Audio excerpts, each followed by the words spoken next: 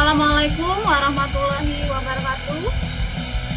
Waalaikumsalam warahmatullahi wabarakatuh. Selamat selamat sore anak-anak. Selamat sore. Iya, apa kabar semuanya? Alhamdulillah baik, Bu. Semangat dong. Mana semangatnya? Semangat. Senyumnya mana? Kan cantik kalau senyum. Oke. Terima kasih ya anak-anak sudah hadir pada pertemuan sore hari ini. Baik, sebelum kita memulai pelajaran, kita berdoa dulu ya. Untuk hari ini Ibu minta kesediaannya yang berdoa Anissa Sapitri. Ya. Bisa ya Anissa ya? Ya, silakan Anissa.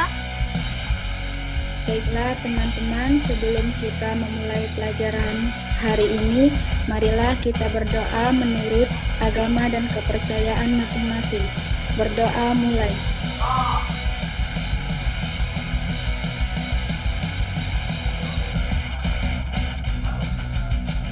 Berdoa selesai. Terima kasih Anissa sudah memimpin doa untuk hari ini.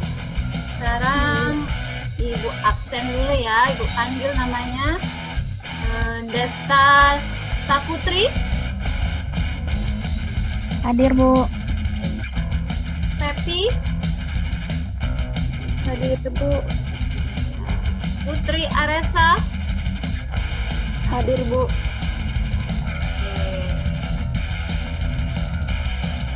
Kita masih sambil menunggu sambil jalan ya, mudah-mudahan nanti ada lagi temannya yang masuk karena tadi kita hujan ya. Oke anak-anak, kemarin kita sudah belajar mengenai teori pertumbuhan ekonomi. Ada berapa teori yang kita pelajari kemarin anak-anak? Silakan. 4, Bu. Iya, silakan sebutkan namanya. Perkenalkan, nama saya Anissa Sapitri, saya dari kelas 11 MIPA 3. Teori-teori pertumbuhan ekonomi ada 4, yaitu teori ekonomi klasik, teori ekonomi neoklasik, teori ekonomi historis, teori ekonomi modern khusus. Iya, bagus sekali jawabannya Anissa. Tepat sekali jawabannya ya. Jadi ada 4 teori pertumbuhan ekonomi yang kita pelajari kemarin yang disebutkan oleh Anissa tadi. Yang pertama ada teori pertumbuhan ekonomi klasik, yang kedua teori pertumbuhan ekonomi neoklasik, yang ketiga teori pertumbuhan ekonomi historis, yang keempat teori pertumbuhan ekonomi modern khususnya. Sekarang Ibu tanya lagi, siapa nama tokoh yang dijuluki sebagai Bapak Ekonomi Dunia? Ada yang masih ingat anak-anak? Saya, Bu, Putri Aresa, Bu. Iya, silakan Putri Aresa. Bapak Adam Smith.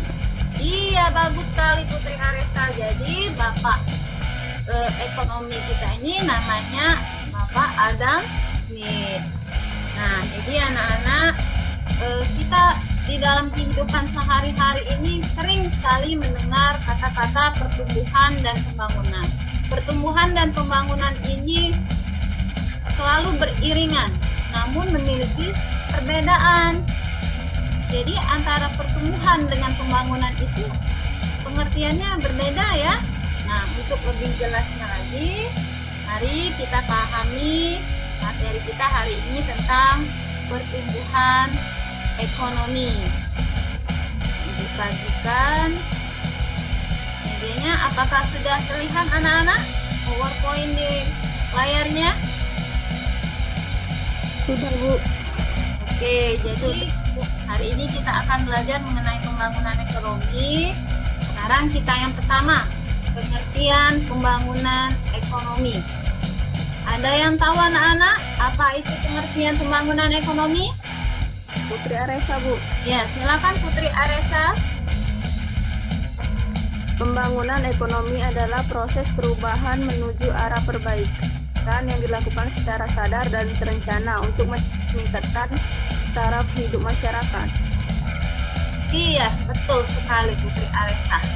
Jadi kalau secara sederhana anak-anak, pembangunan ekonomi itu merupakan usaha untuk meningkatkan pendapatan per kapita dengan mempertimbangkan tingkat pertumbuhan penduduk, kesejahteraan masyarakat, serta perubahan mendasar pada struktur perekonomian.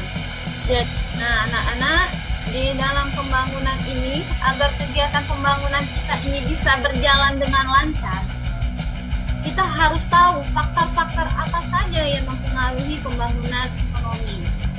Ada yang tahu anak-anak faktor-faktor apa saja yang mempengaruhi pembangunan ekonomi? Ya, silakan sebutkan namanya. Pepi Bu dari kelas 11 MIPA 2. Iya, silakan Pepi. Faktor-faktor yang mempengaruhi pembangunan ekonomi dibagi menjadi dua. Yang pertama, faktor ekonomi. Yang pertama, faktor ekonomi, kedua faktor non ekonomi. Faktor ekonomi dibagi lagi menjadi dua. Faktor daya manusia dibagi menjadi 4. Yang pertama, sumber daya manusia. Yang kedua, sumber daya alam. Yang ketiga, modal. Dan yang keempat, teknologi dan kewirausahaan. Iya, betul sekali. Anak-anak, sekarang kita simak video dulu ya. Simak videonya ya.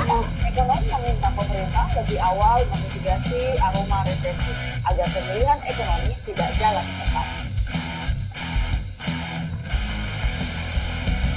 Skenario buruk ekonomi sudah bukan lagi bayangan.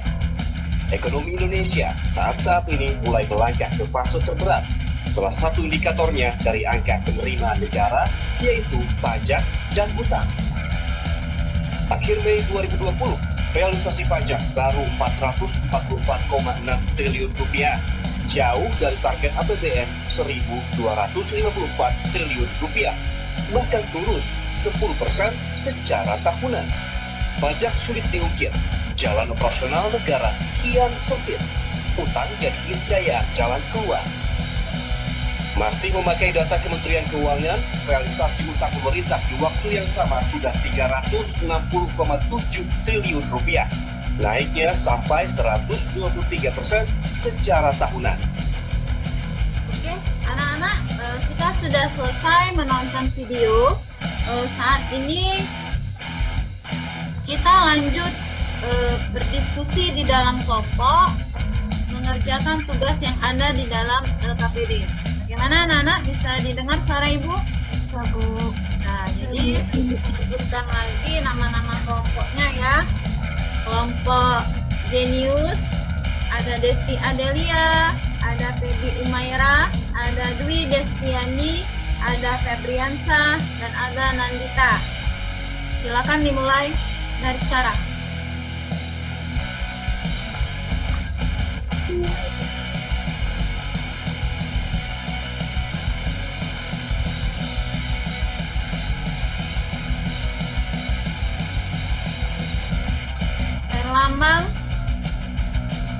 Herlambang, bisa mendengar suara Ibu Herlambang?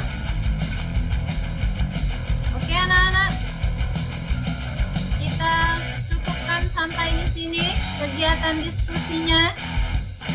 Silakan ditinggalkan diskusi di dalam WA group. Kita lanjutkan lagi di sini di Zoom meeting ini. Ayo semua kameranya diaktifkan. Iya, ayo Pepi dimulai presentasinya. Ya, silakan Pepi. Sebutkan namanya Pepi. Assalamualaikum warahmatullahi wabarakatuh. Waalaikumsalam. Nama saya Pepi Elis.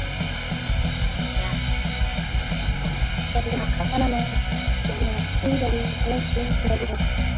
Saya dari kelompok ini. Menurut hasil diskusi kelas kami, tahun pertama, bagaimana kondisi perekonomian negara kita saat ini? Saat ini, aspek ekonomi karena kerja pada tahun 2020 diperkirakan negatif. pengangguran dan kemiskinan meningkat. Kasih Pepi untuk presentasinya. Sepertinya teman-teman yang lainnya sedang gangguan ya jaringannya ya Pepi ya. Apakah di sana hujan Pepi? Oke, karena waktu kita mau sudah habis, jadi bagaimana kita langsung simpulkan saja? Apa Pepi bisa menyimpulkan materi kita untuk hari ini Pepi? Ya, silakan Pepi. Dari materi hari ini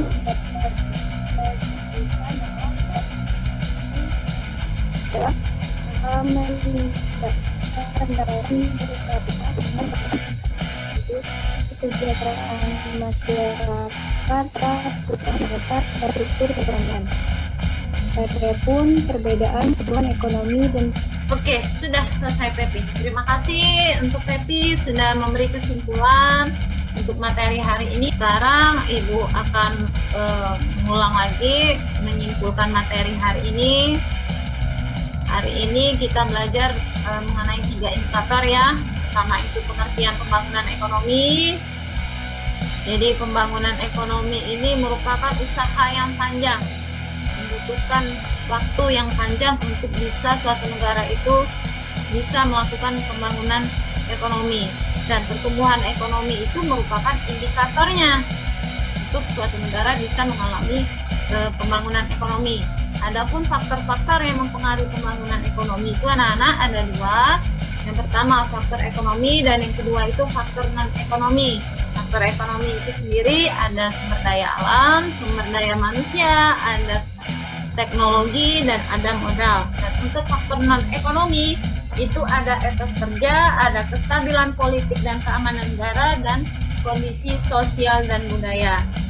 Baik anak-anak, untuk materi hari ini Ibu cukupkan sampai di sini. Terima kasih atas kerjasamanya. Dan untuk tugas di rumah silakan kalian kerjakan soal-soal yang ada di LKPD yang sudah Ibu siapkan dan Ibu bagikan di dalam WA group, serta materi selanjutnya kita akan membahas mengenai indikator keberhasilan pembangunan ekonomi. Jadi nanti Ibu harapkan sebelum kita masuk lagi belajar, kalian baca dulu ya di rumah mengenai indikator keberhasilan pembangunan ekonomi. Baik, Ibu cukupkan sampai di sini. Sebelumnya, siapa yang bersedia memimpin doa penutupan kegiatan kita hari ini? Bagaimana? Pepi ya? Sinyalnya yang bagus. Bisa Pepi?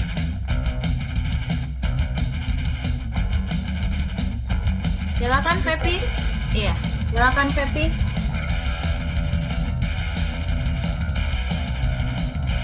dari teman-teman untuk mengakhiri pelajaran kita pada hari ini, mari kita berdoa menurut agama dan kepercayaan kita masing-masing. Berdoa mulai.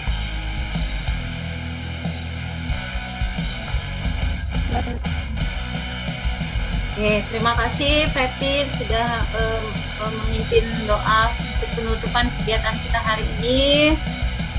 Terima kasih anak-anak. Apabila ada kata-kata Ibu yang salah, Ibu mohon maaf, Ibu minta maaf. Ibu tutup dengan wabillahi wa taufiq wal hidayah. Wassalamualaikum warahmatullahi wabarakatuh, dan sampai jumpa lagi pada pertemuan berikutnya ya. Oke, baik, silakan Ibu live ya. Terima kasih anak-anak. Iya, Bu. Yuk.